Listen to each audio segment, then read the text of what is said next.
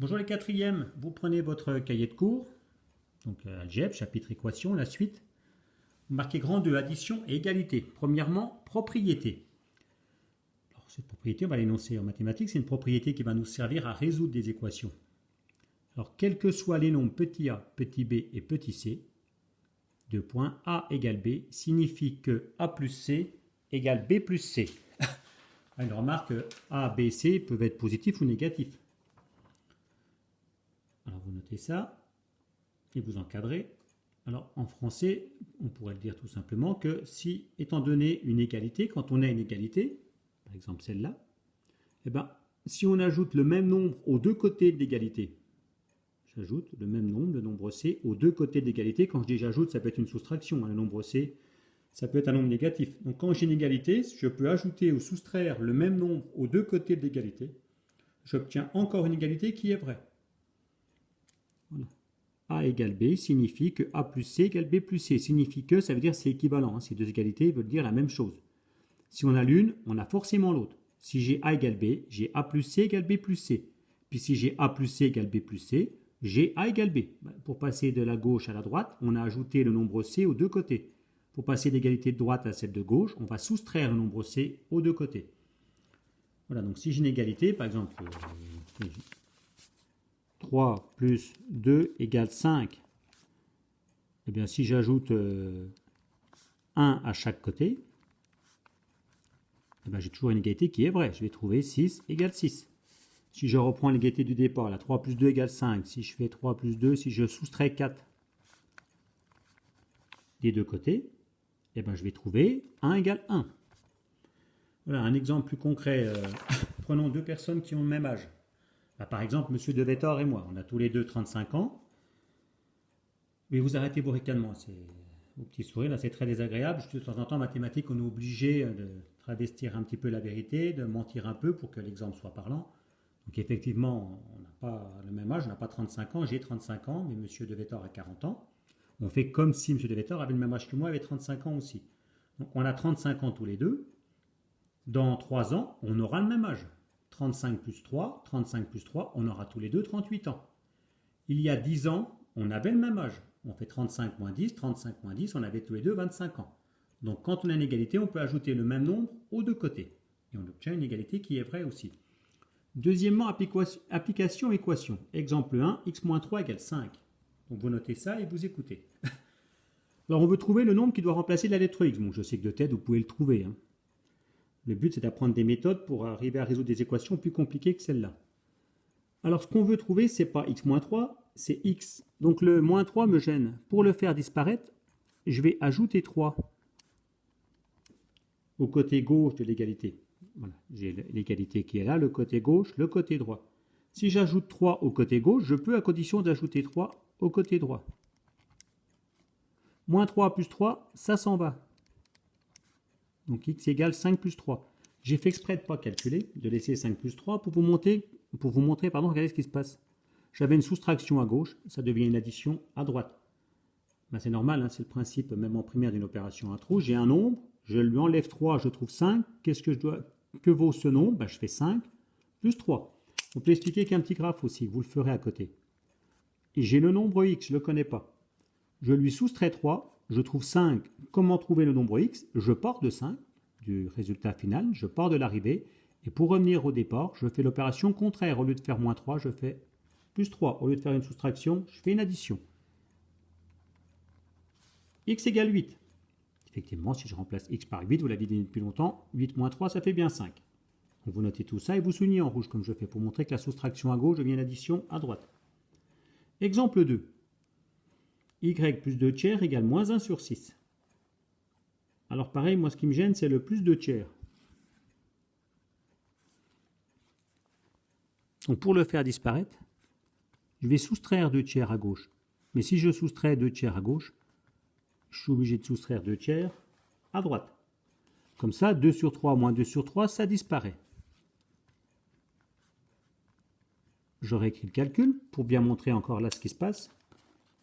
C'est que l'addition qui était à gauche devient une soustraction à droite. On va faire le petit graphique comme on a fait tout à l'heure, même si j'ai un petit peu moins de place, je vais serrer. Donc le nombre y je lui ajoute 2 tiers, vous n'êtes pas obligé de coller comme moi, vous pouvez peut-être un peu espacer. Donc le nombre y, je lui ajoute 2 tiers, je trouve le nombre moins 1 sur 6. Pour trouver le nombre y, je pars de moins 1 sur 6, je pars de la fin, et pour revenir au début, je pars de moins 1 sur 6 et je fais l'opération contraire. Le contraire de ajouter 2 tiers, c'est soustraire 2 tiers. Voilà, donc vous noterez bien ce petit graphique. On peut finir les calculs, moins trait, moins trait. Et comme on a une somme de 2 fractions, on les met sous même dénominateur. On met tout sur 6. Merci. Quel est le nombre qu'on doit mettre ici? 3 multiplié par 2 en bas, 2 multiplié par 2 en haut.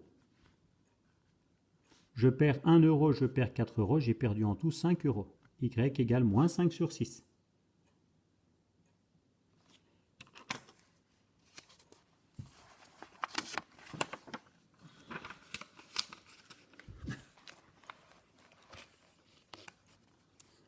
Oh, vous allez... oh, tant pis. On va noter exemple 3. Je pensais vous faire noter cette phrase avant, mais bon, on la fera noter après, c'est pas bien grave. Exemple 3. Alors, on a une équation. Alors, c'est donc une égalité dans laquelle il y a un nombre qu'on ne connaît pas.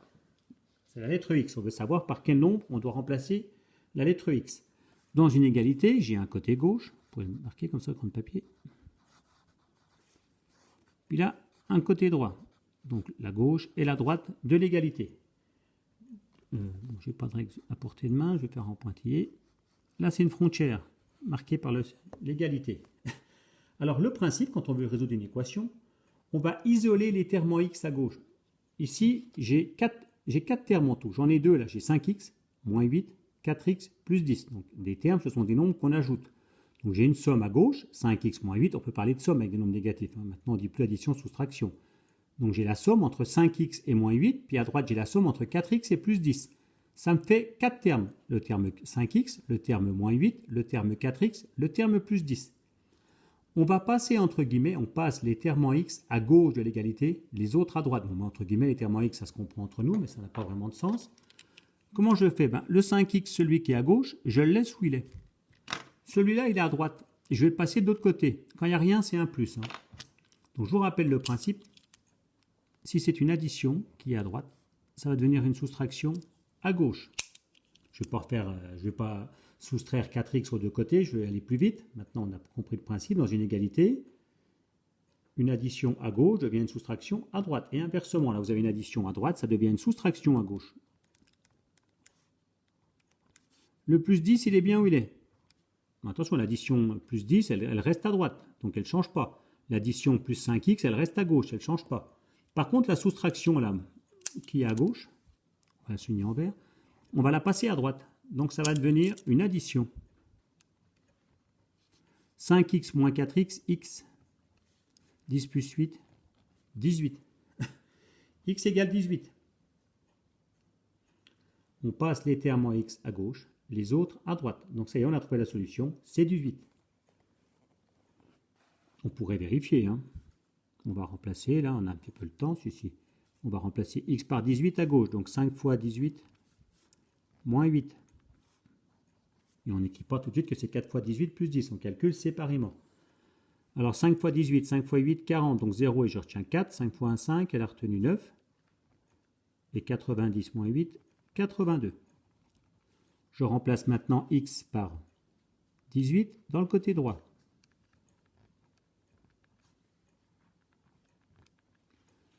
Multiplication prioritaire. 4 fois 8, 32. Je retiens 3. 4 fois 1, 4. Elle a retenu 7. 72 plus 10, 82. Ça marche, on trouve bien le même résultat.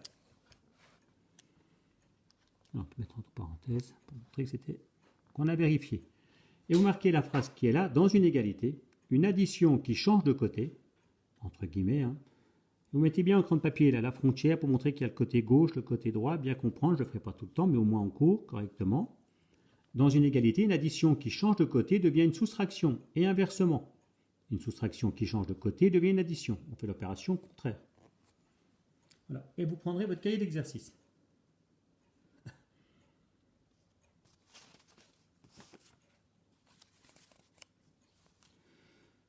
Alors, résoudre des équations. Oui, alors ça c'est... Oui, c'est encore Yvan. Oui, Yvan. Encore, ouais, c'est tous les jours quoi qu'il faut que je t'aide. Hein. Oh là là là là là là. Tu le diras un jour que dans tes vidéos YouTube, c'est un petit peu moi qui fais les exercices. Hein, ce sera sympa. Alors, résoudre des équations. Alors déjà, je veux bien t'aider, Yvan, mais là, tu as ta grosse tête là juste devant la question petit a. Donc ça va pas. Ça m'arrange pas tellement.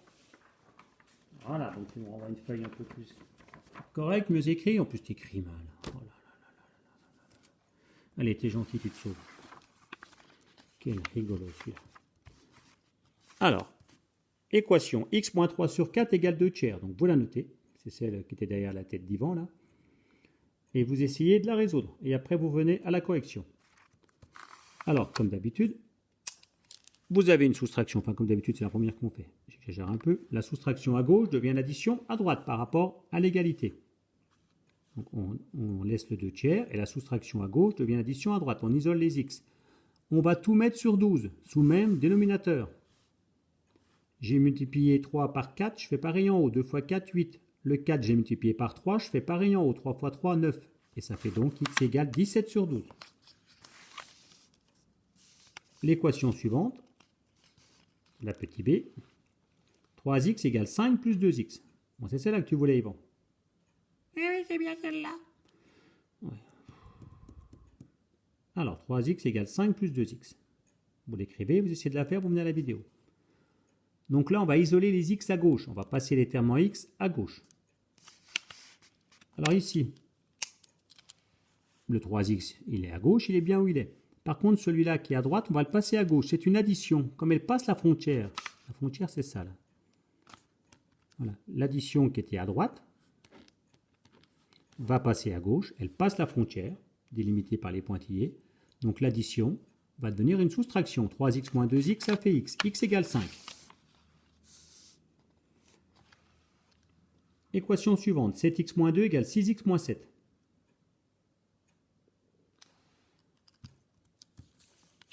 Alors pareil, on va isoler les x à gauche. Donc celui-là là, qui est à droite, c'est une addition. Quand il n'y a rien, c'est plus. Donc l'addition qui est à gauche va devenir une soustraction à droite.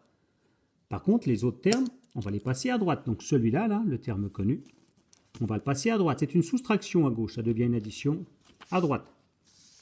Alors je vous rappelle, quand je dis gauche-droite, toujours pareil, c'est par rapport à la frontière. Voilà, le côté gauche, le côté droit. 7x moins x, ça fait x. Moins 7 plus 2, ça fait moins 5. X égale moins 5. Si vous remplacez x par moins 5 à gauche et que vous calculez, vous allez trouver le même résultat que si vous remplacez x par moins 5 à droite.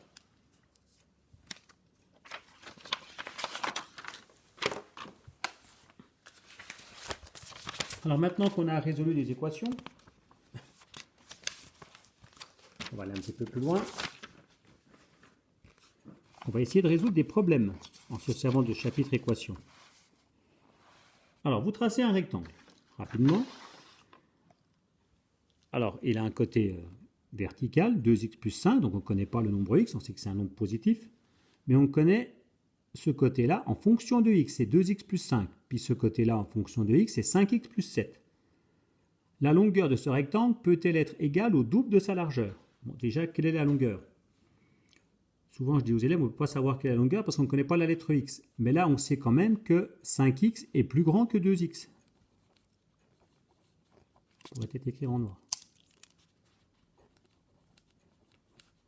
Donc, quand je multiplie un nombre par 5, c'est plus grand que si je le multiplie par 2, le résultat. Évidemment. 7 est plus grand que 5. Donc, évidemment, si je fais 5x plus 7, j'ai un résultat plus grand que 2x plus 5, puisque j'ajoute entre eux les deux plus grands. Donc la longueur, c'est le côté horizontal, 5x plus 7. Et on ne dit pas parce que ça se voit, un dessin n'est jamais une preuve. Mais là, c'est d'après les nombres qu'on vous donne, 5x plus 7 est forcément plus grand que 2x plus 5. Alors on vous demande, est-ce que la longueur de ce rectangle peut-elle être égale au double de sa largeur? Donc vous devez trouver une équation. Donc vous la trouvez, puis après il faudra la résoudre. Déjà la trouver. Alors la longueur, c'est 5x plus 7. Qui doit être égal au double de la largeur. La largeur, c'est 2x plus 5. Donc, est-ce que la longueur peut être égale au double de la largeur? Attention, quand on fait 2x plus 5 et qu'on multiplie par 2, on n'oublie pas les parenthèses. Et j'ai mis le fois 2 devant, comme ça, on n'est pas obligé de mettre le fois. Mais c'est comme s'il y était. Maintenant, il faut résoudre cette équation. Donc, vous le faites. Il faudra bien sûr commencer par appliquer la distributivité à droite. Ça vous fera réviser la distributivité. Alors 5x plus 7 égale 2 fois 2x, 4x. 2 fois plus 5 plus 10. 5x plus 7 égale 4x plus 10. Vous pouvez continuer. Rien ne vous empêche à chaque moment, bien sûr, d'arrêter la vidéo si vous êtes trompé et de reprendre. On va passer les termes en x à gauche. Donc là, on a le plus 4x qui est à droite. On va le passer à gauche, c'est une addition. Là, c'est un plus, on l'a mis au crayon de papier. L'addition qui est à droite qui va passer à gauche devient une soustraction. Je vous rappelle, quand je dis gauche-droite, c'est par rapport... Ouais, j'aurais pu les mettre un petit peu mieux les uns en dessous des autres. La frontière est un peu biscornue. Donc l'addition à droite devient une soustraction à gauche. Par contre, celui-là, là, qui est à gauche, on va le passer, lui, à droite. Le terme plus 7, on va le passer à droite. L'addition à gauche devient une soustraction à droite. 5x moins 4x, ça fait x. 10 moins 7, 3. Donc, pour x égale 3, la longueur sera égale au double de la largeur. On peut vérifier. Donc, j'ai remplacé x par 3. Donc, la longueur, c'est 5x plus 7. Donc, si je remplace x par 3, ça fait 5 fois 3 plus 7, 15 plus 7, 22. La largeur, c'est 2x plus 5. Si je remplace x par 3, 2 fois 3 plus 5, 6 plus 5, 11. Et effectivement, 22, c'est le double de 11. Donc, si on remplace x par 3, la longueur sera égale à 22. La largeur égale à 11. La longueur sera bien le double de la largeur. Un dernier petit problème. Là.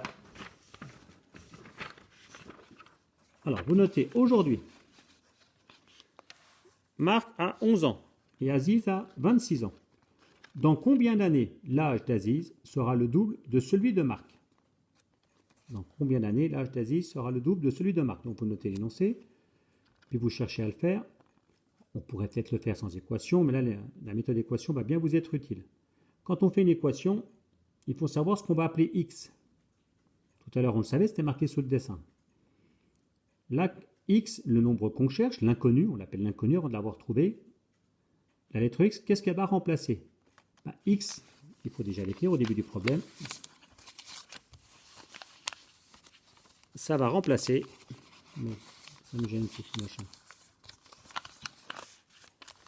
C'est de plus en plus archaïque, les effets spéciaux. Alors, x, c'est le nombre d'années écoulées. Bon, le nombre d'années qui se sont écoulées entre maintenant et l'année où l'âge d'Aziz sera le double de celui de Marc. Mais si je fais une phrase complète, c'est un petit peu long.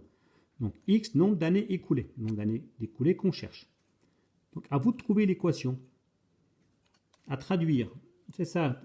On va mettre le problème en équation. Ça veut dire qu'on va traduire ce qui est marqué en français par une égalité mathématique. On va passer du français aux mathématiques. On fait comme quand vous traduisez une phrase du français à l'anglais, là on va traduire du français en mathématiques. On sait que Marc a 11 ans, Aziz a 26 ans. Dans X années, l'âge d'Aziz sera le double de celui de Marc. Et quelle égalité on peut en déduire? Dans X années, quel sera l'âge d'Aziz? Il aura X années de plus, tout le monde aura X années de plus. Donc son âge, ce sera 26 plus X. Marc lui aussi, il aura... X années de plus. Donc, quel âge aura Marc? Aziz, il aura 26 plus X. Quel âge aura Marc? 11 plus X.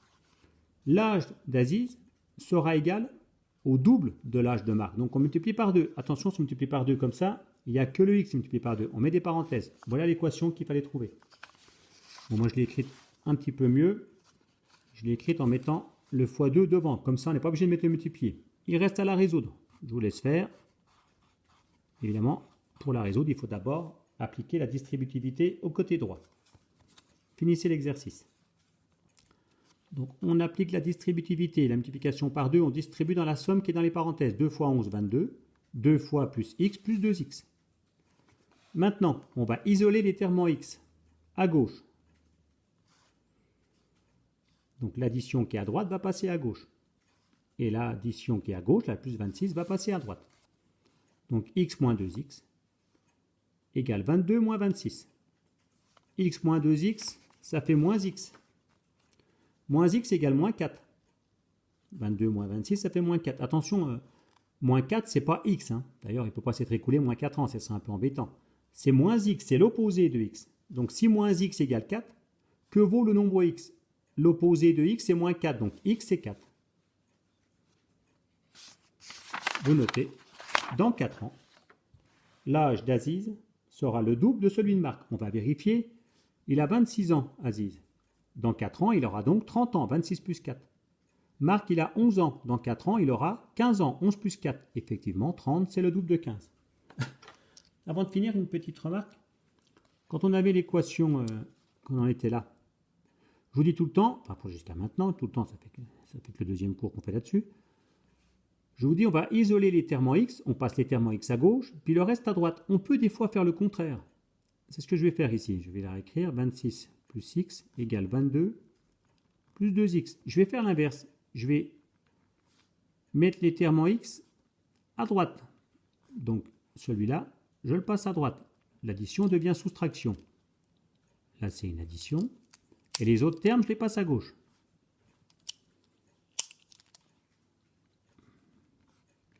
Quel avantage? Quand j'ai x moins 2x, je sais que je vais avoir un résultat négatif. Les négatifs l'emportent quand je fais ma somme. Alors que si je fais 2x moins x, j'ai un résultat positif. Donc je trouve 4 égale x. Bon, sauf que quand on n'écrit pas 4 égale x, après on remet le x à gauche. 4 égale x. X égale 4. Hein. Si je vous dis 3 plus 2 égale 5, je peux bien dire que 5 égale 3 plus 2. Voilà. Ça vous évite d'avoir cette complication avec le nombre, avec le signe négatif. Donc ça peut être aussi une autre méthode. De temps en temps, il peut être plus astucieux de passer les termes en x à droite et le reste à gauche. Voilà. Ce sera tout pour aujourd'hui.